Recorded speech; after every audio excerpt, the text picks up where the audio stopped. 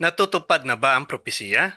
Kamakailan po may mga ulat na may mga nagprotesta na nagsunog po ng effigy na tinatawag na Baal, na may halong simbolo po at imahe na may koneksyon po sa kasamaan. At dito po nagsimula ang tanong ng marami. Sino ba si Baal? Bakit siya binabanggit sa Biblia? At bakit parang bumabalik ang kanyang pangalan ngayon? Pero mas mahalaga po, may kinalaman ba ito sa mga nangyayari sa mundo ngayon? At bilang Kristiyano, ano bang dapat nating gawin? Now, para maintindihan po natin ang usapin, kailangan muna nating linawin, sino ba talaga si Baal? Well, in historical context, ang pangalang Baal po ay hindi lang isang specific na pangalan. Ito po ay nangangahulugang Lord o Master. Sa sinaunang Kanaan po, na siyang modern day parts po ng Middle East, maraming lokal na Baal deities. Now, anong role ni Baal sa kanilang paniniwala? Sa kanilang kultura po si Baal ay Diyos ng ulan, Diyos ng fertility, Diyos ng ani, Diyos ng bagyo. Bakit ito mahalaga? Dahil ang kanilang buhay po ay nakadepende sa ulan, sa ani, sa kalikasan. Kaya sa paningin po nila, si Baal ay nagbibigay ng buhay. Now, ito pong malalim na historical reality. Ang pagsamba po kay Baal ay hindi lang simpleng paniniwala. Ito po ay may kasamang immoral rituals, temple prostitution, at sa ilang kaso po may child sacrifice. Kaya hindi lang po ito ibang Diyos. Ito po ay kultura ng paglayo sa tunay na Diyos. Now, dito na po nagiging malinaw ang posisyon. Si Baal ay hindi tunay na Diyos. Isa siyang Diyos-Diyosan. In 1 Kings chapter 18 verse 21 sinasabi po dito, "If the Lord is God, follow Him. But if Baal, follow Him." Now, ang context po ng verse na ito ay na sinasabi ni Prophet Elijah sa Mount Carmel na sa panahong iyon, ang Israel po ay may tunay na Diyos pero sumasamba din kay Baal. Ibig sabihin po, hati ang kanilang puso. Ito pong malalim na mensahe po ni Elijah. Hindi niya sinabi na pagsabayin mo na lang. Ang sinabi niya, pumili ka. Dahil hindi po pwedeng may Diyos ka, pero may iba ka pang sinasamba. Ang problema po kay Baal ay hindi lang po ibang Diyos siya, kundi inaagaw niya ang lugar ng tunay na Diyos sa puso ng tao. Isa din po ito sa mahalagang linawin. Ano ba ang Diyos-Diyosan? Well, ang common misunderstanding po dito ay akala ng marami ang Diyos-Diyosan ay rebulto lang. Pero mas malalim po ito. Ang Diyos-Diyosan po ay anumang bagay na pinapalitan ng Diyos. Inuuna kaysa sa Diyos, pinagmumulan ng seguridad, pag-asa at identity, imbes na ang Diyos. In Exodus 20 verse 3, malinaw po ito na sinasabi, "You shall have no other gods before me." Hindi po sinabi dito na walang rebulto lang. Ang sinabi po dito, walang ibang Diyos. Ano po malalim na katotohanan? Ang idol ay hindi lang nasa labas, nasa loob po ng puso. Paano po nangyayari ito? Kapag sinabi mo na, ito ang kailangan ko para maging masaya, ito ang source ng worth ko, doon na po nagsisimula ang idol. Sa panahon natin ngayon, ano pong idolatry? Hindi na po ang Baal statue, pero may mga bagong anyo na. Pera, kapangyarihan, pleasure, katawan, relasyon, sarili. Hindi mo po kailangan lumuhod sa rebulto para magkaroon ka po ng Diyos-Diyosan. Kailangan mo lang unahin ang ibang bagay kaysa sa Diyos. Then that is already idolatry. Ngayon po malinaw na hindi na literal na sinasamba si Baal sa karamihan ng mundo. Pero ang tanong po, bumabalik ba ang espiritu nito? Ano pong espiritu Baal? Hindi po ito literal na persona lang. Ito po ay pattern ng idol worship, ng moral compromise, paglayo sa Diyos, pag-prioritize ng pleasure.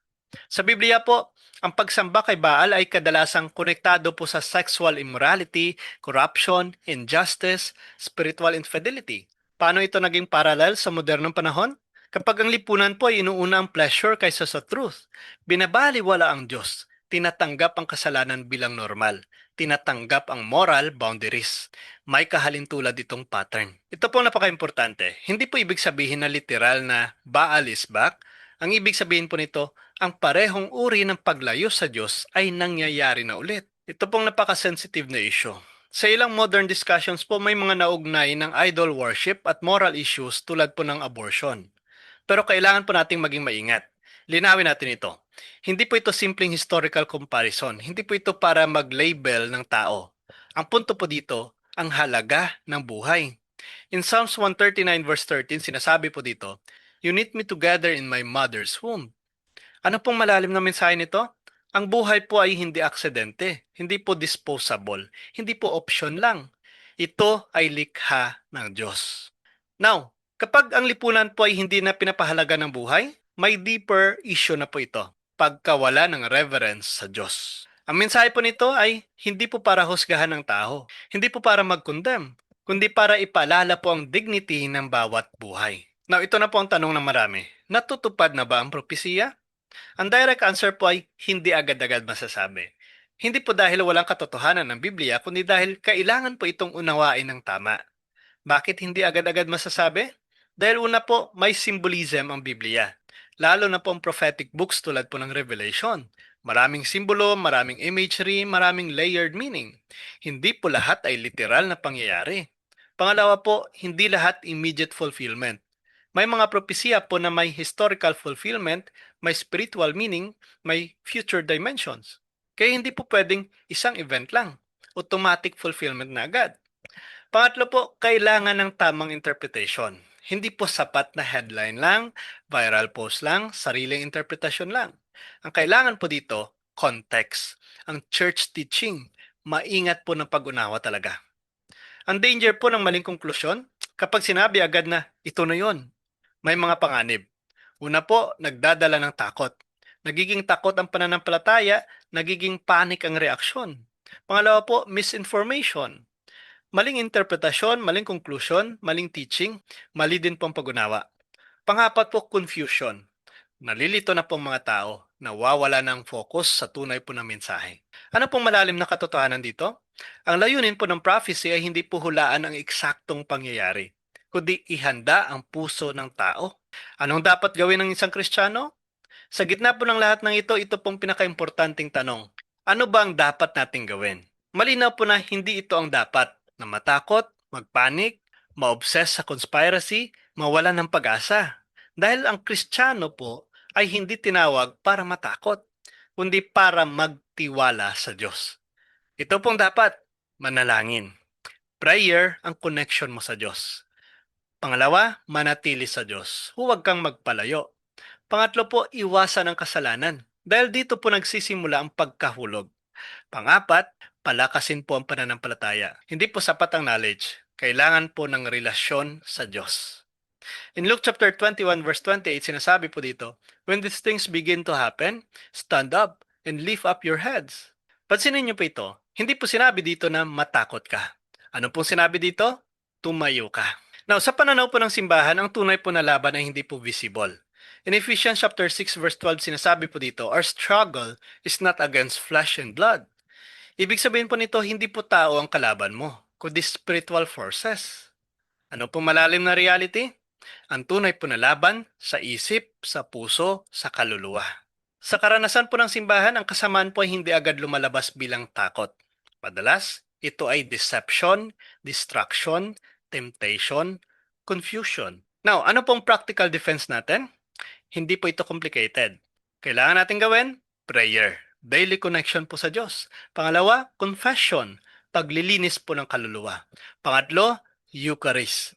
Tunay na presensya ni Kristo. At pangapat, holy life. Consistent na pagsunod sa Diyos. Ang pinakamalakas po ng proteksyon laban sa kasamaan ay malapit na relasyon sa Diyos. Kaya sa dulo po ng lahat ng ito, may isang tanong po na mas mahalaga kaysa sa prophecy. Hindi bumalik ba si Baal, kundi kanino ka sumasamba ngayon? Pwede kang maniwala sa Diyos, pero may ibang inuuna sa puso mo at doon na po nagsisimula ang problema. Ang laban po ay hindi tungkol sa pangalan ng isang Diyos-Diyosan, kundi sa kung sino ang nasa trono ng puso mo. Kung ang mundo po ay nalilito, piliin mong maging malinaw. Kung ang mundo ay natatakot, piliin mong magtiwala. Kung ang mundo ay lumalayo sa Diyos, piliin mong lumapit. Kung ang mundo ay lumalayo sa Diyos, ang Kristiyano ay dapat manatili. Kung ang mundo ay nalilito, ang Kristiyano ay dapat maging ilaw.